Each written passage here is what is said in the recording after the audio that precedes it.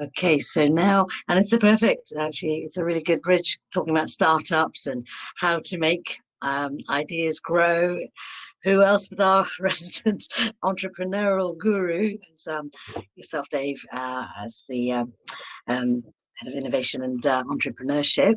I'll let you explain what your remit is and catch up with you a bit later. Okay, thank you. Well, thanks, Terry.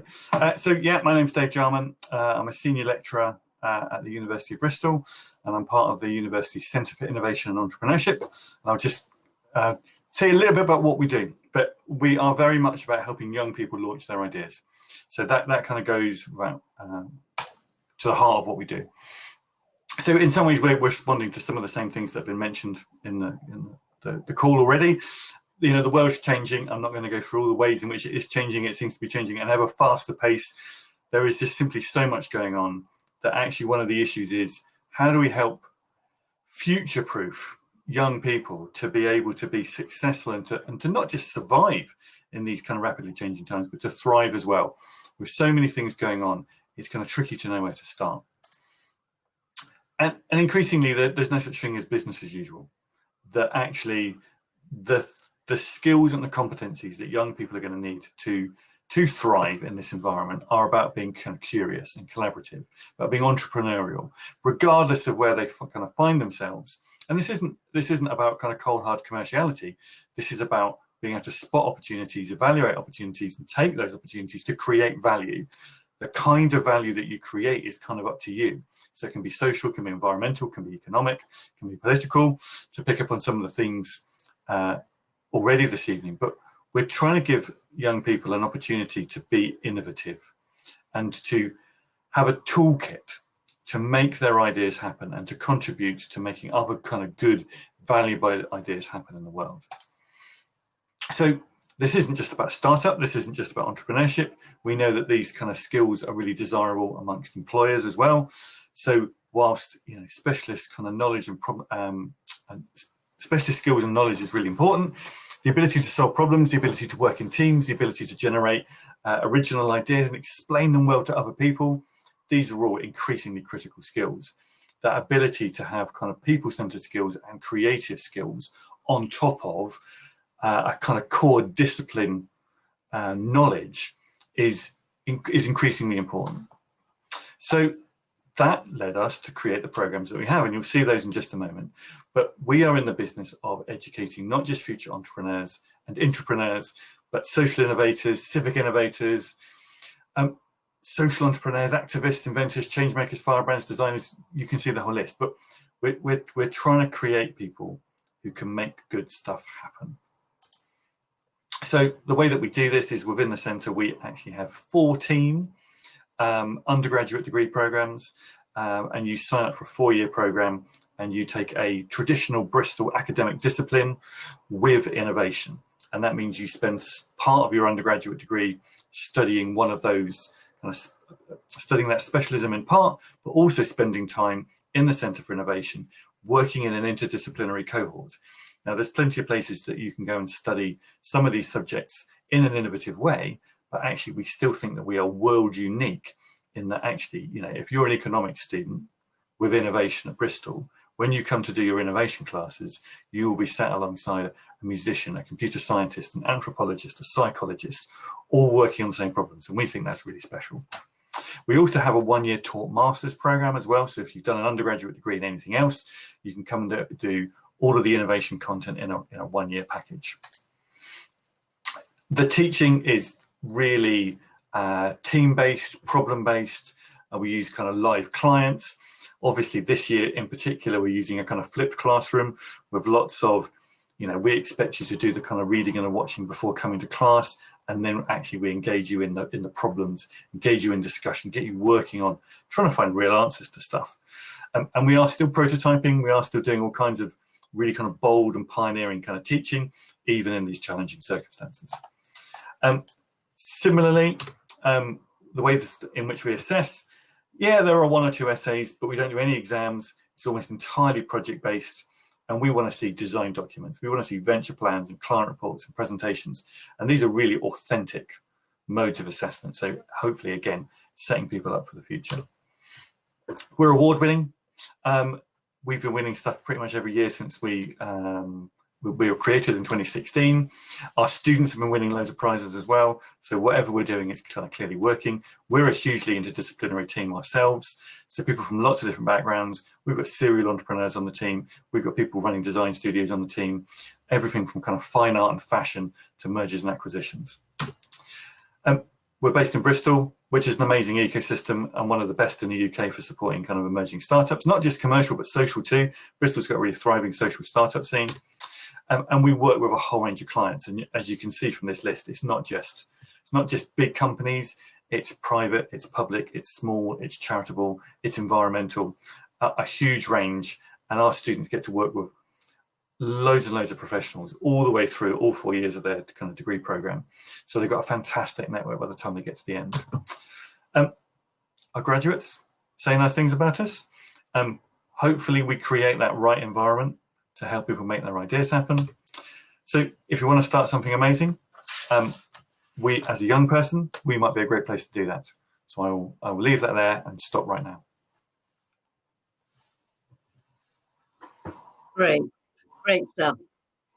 Lovely. Thank you, Dave. And yes, a very exciting set of opportunities there. And we wait for other people to have some questions. I hope there's already got one, but I just wanted to ask you first, just 2016, you said this was set up at the University of Bristol. What actually triggered that then? I mean, was there a discussion amongst faculties and what you say?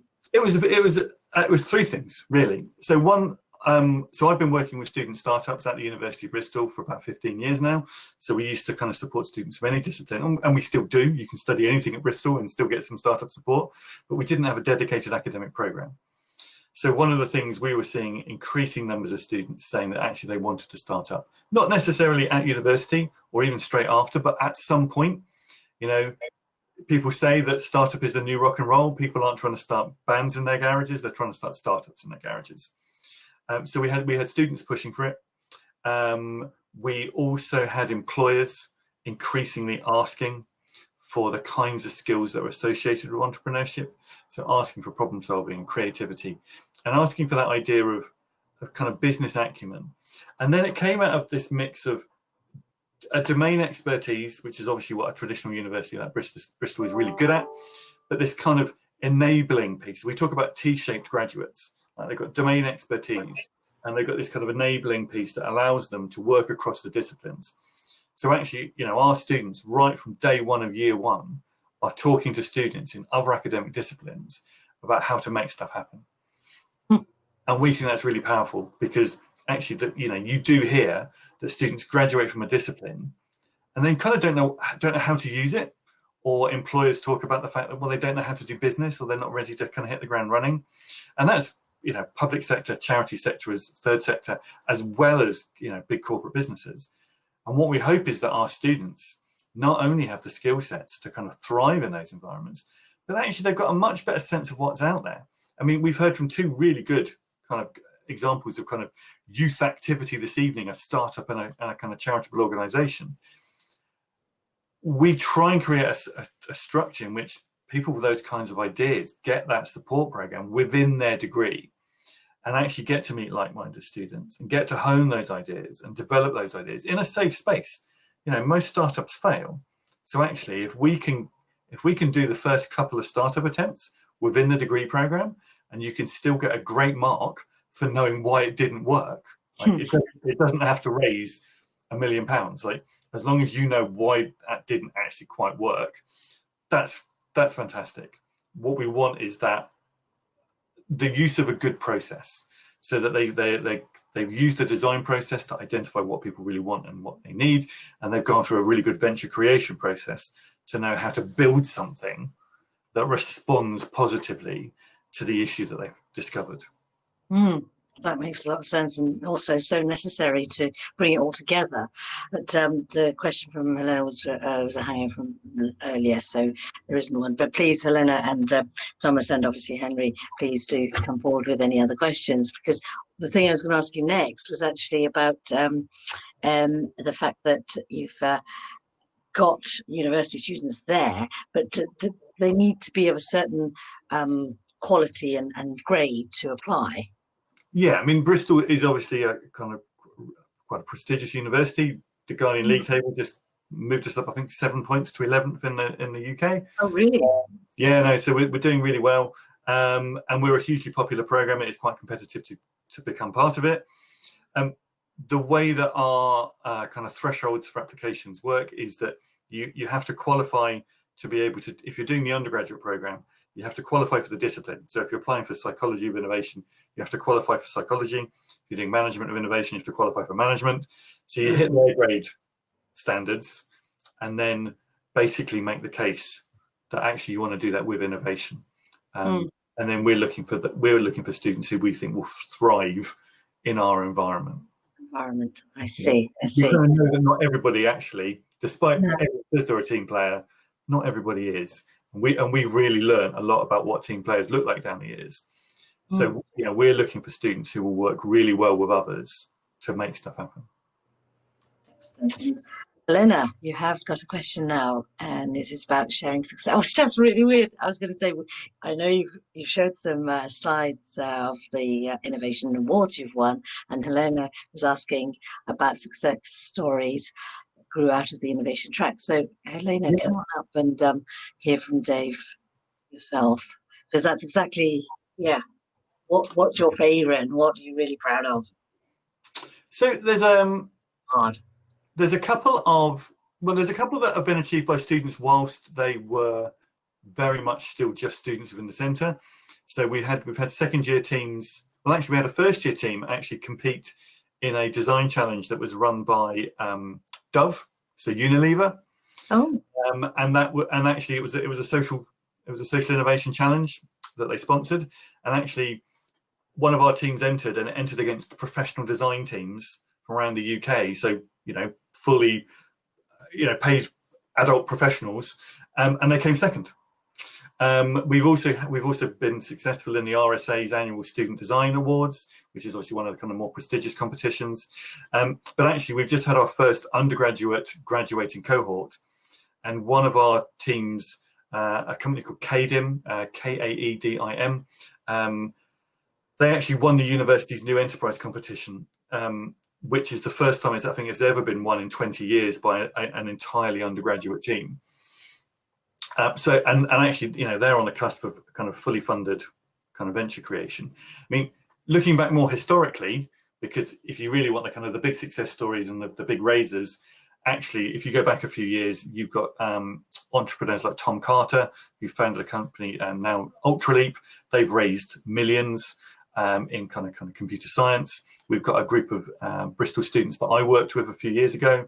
I'm not going to take the credit for it. They've done all the hard work. They're a company called Let Us Grow, and they work in aeroponics for vertical farming. And they've got a really mission-driven startup idea to improve kind of sustainability of farming. So they're working on some fantastic kind of vertical farming technology, and again they've been raising kind of grant funding and investment rounds. They seem to be kind of growing and growing. I have to excuse the pun there, but no, we're starting to get some really powerful stories come through, and actually, it's what they'll achieve in the next 5 to 10 years, because we know that they're not all necessarily going to kind of raise straight away. And actually, we're also conscious that the best way to measure us is not just on the number of startups we create. Actually, we're generating, hopefully, individuals who go out and join existing companies and existing organizations and add innovative value to those. So, I know we've got students who've joined, civil service fast stream in the UK, and hopefully they'll be making a really big impact as well. So, Helena, what do you think? Is that the sort of thing that you're expecting to hear? Yeah, first of all, thank you for answering my question, Dave. And I definitely great stories that you had to tell, and great. Thank you for sharing as well. I also just wanted to give my compliments, because I feel by now so many universities got the hang of having a center for entrepreneurship, but I think especially having this with innovation degree for a variety of degrees, I think that's super interesting for young people. And I mean, for me, that also would have been interesting, and working project-based and cross-sectional teams, that's really adding another layer of value to your degree. So yeah. Thanks, Liam. That's really good to hear. I mean, so far, and I say this, nobody's yet told us that this is a stupid idea. Apart from maybe before it started and we were trying to push it through the university. Like, literally, I think every young person that I've ever met, and I've actually had the chance to explain the program to, has gone, I wish I'd known about that. Because I might have done that. The idea of doing the discipline that I knew and wanted to do and enjoyed, but with that kind of innovative edge to it, that I think is our kind of unique value proposition at the moment. Okay, that's great. Helena, please stay, because I'm just going to bring Thomas up because he's got a brilliant question, which I'll, Thomas, if you'd like to ask it yourself, that would be possibly the best. And it's a two-part question. Off you go, Thomas. Sure. Yes, so my question is, how do you help young people gain the confidence that they need to believe in their ideas? Because, I mean, from my own experience, for example, I found setting up a startup to be quite a daunting experience. It's very challenging. It's full of risks. You get people like Henry who can be a bit skeptical of what you're doing. So how do you help young people believe in their confidence, well, to develop confidence, believe in themselves, believe in their ideas, and really help them to take it up to the next level and implement? No, it's a great question, and it's something that we've worked really hard at, and it comes down to creating the right culture and the right environment. That, in a sense, if you make having a brilliant idea the thing that you get assessed on in a unit, there's almost too much at stake. So actually, the thing that you have to assess is how good was your process, and you might fail, and you probably will. And actually, we encourage our students to fail. Right? We're great believers in the whole sort of lean startup movement, and that actually it's about kind of fast, cheap failure.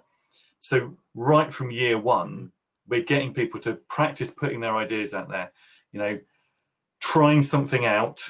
If it doesn't go well, that's fine, and we pick them up and we encourage them and we kind of congratulate them for doing the right thing by kind of coming forward with an idea, and we try and build the support around them so that actually they feel that they can come forward with their ideas.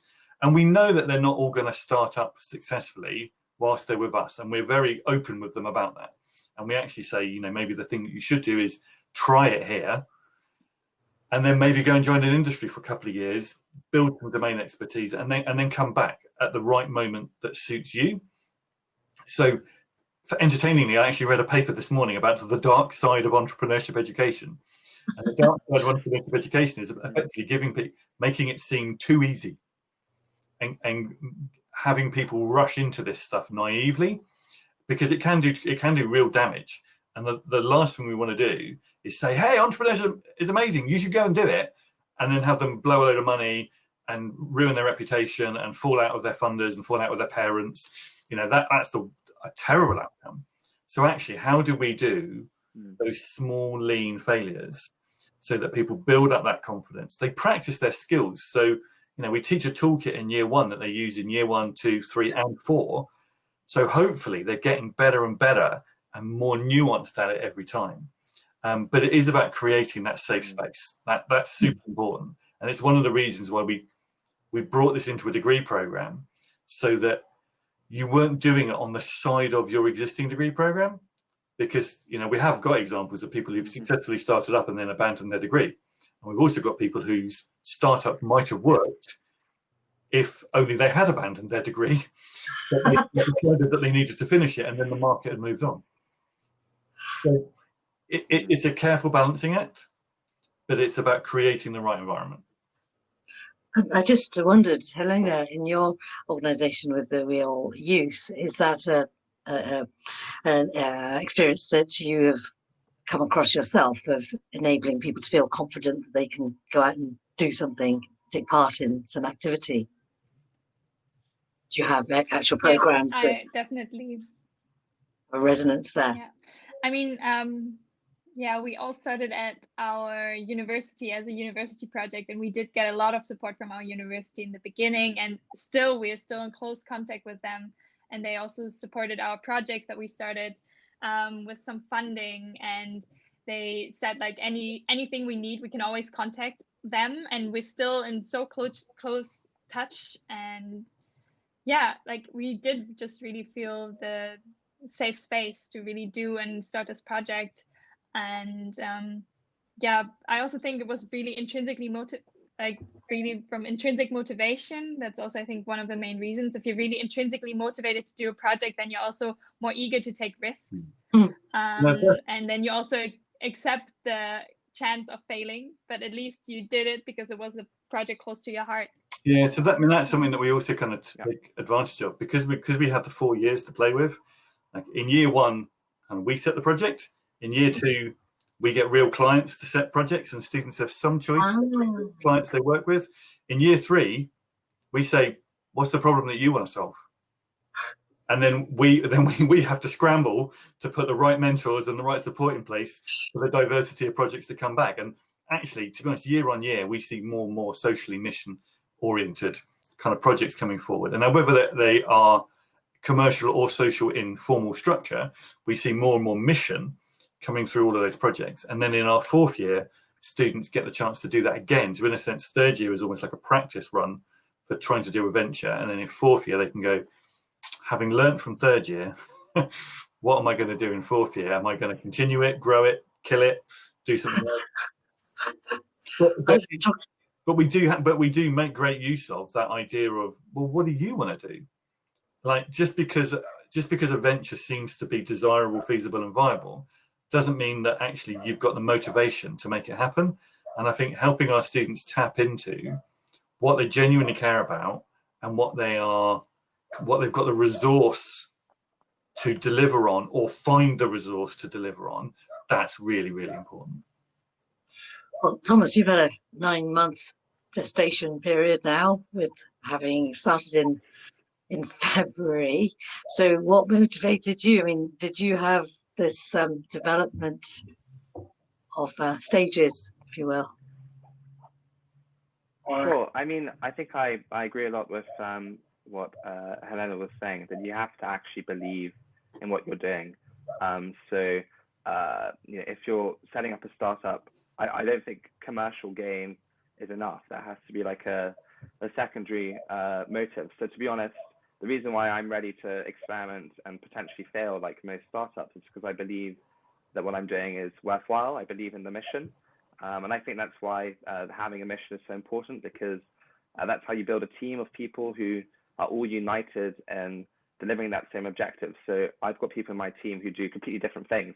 Some of them are doing market research, others are running social media channels, others are doing research, political monitoring, but what all binds us together is our belief in helping others better understand politics, and helping try and present fact-based analysis. So if you have that mission, it keeps you motivated, it helps you build a cohesive team, and then if you manage to succeed, that's almost commercially, that's almost like an extra bonus. To be honest, because an added fillip. Yeah, it's the mission that drives you.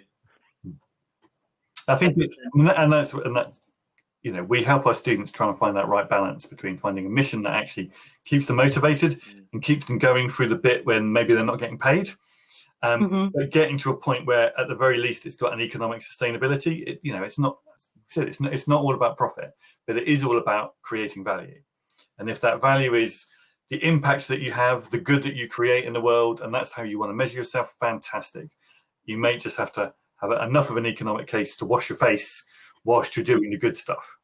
And I think we try and get that way, because we don't want to create one-hit wonders, and at the same time we don't want to kind of create the worst kinds of venture capitalism.